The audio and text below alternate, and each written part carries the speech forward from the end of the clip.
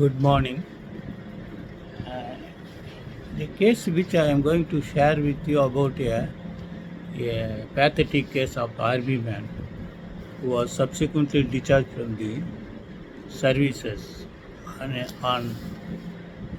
the ground that he was suffering from AIDS and uh,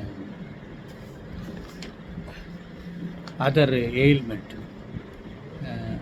like sight problem. Unfortunately, neurotuberculosis because despite the treatment he could not recover. The problem was he fought with the uh,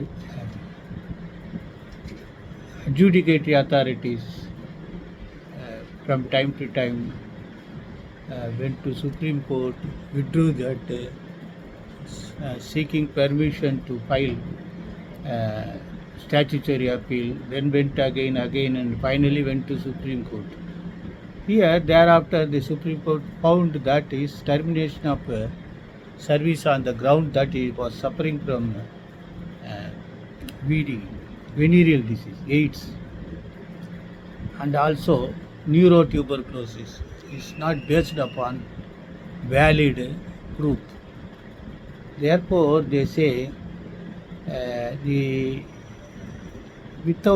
only concept applied here was that without medical literature to substantiate the claim of the doctors and without the opinion of a neurologist about his neurologic cancer, neurological tuberculosis, the finding of the board was not sustainable. Therefore, they awarded 50 lakhs compensation for his illegal termination.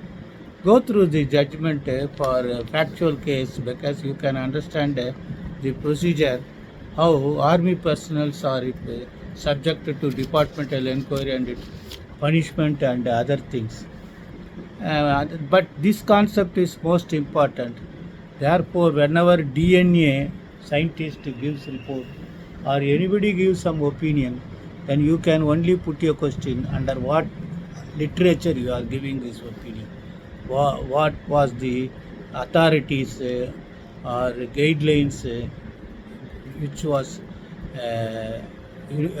uniformly followed. That way you can put your questions.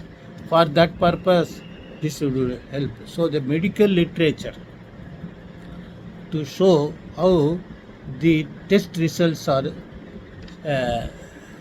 sustainable for acting upon. Best wishes.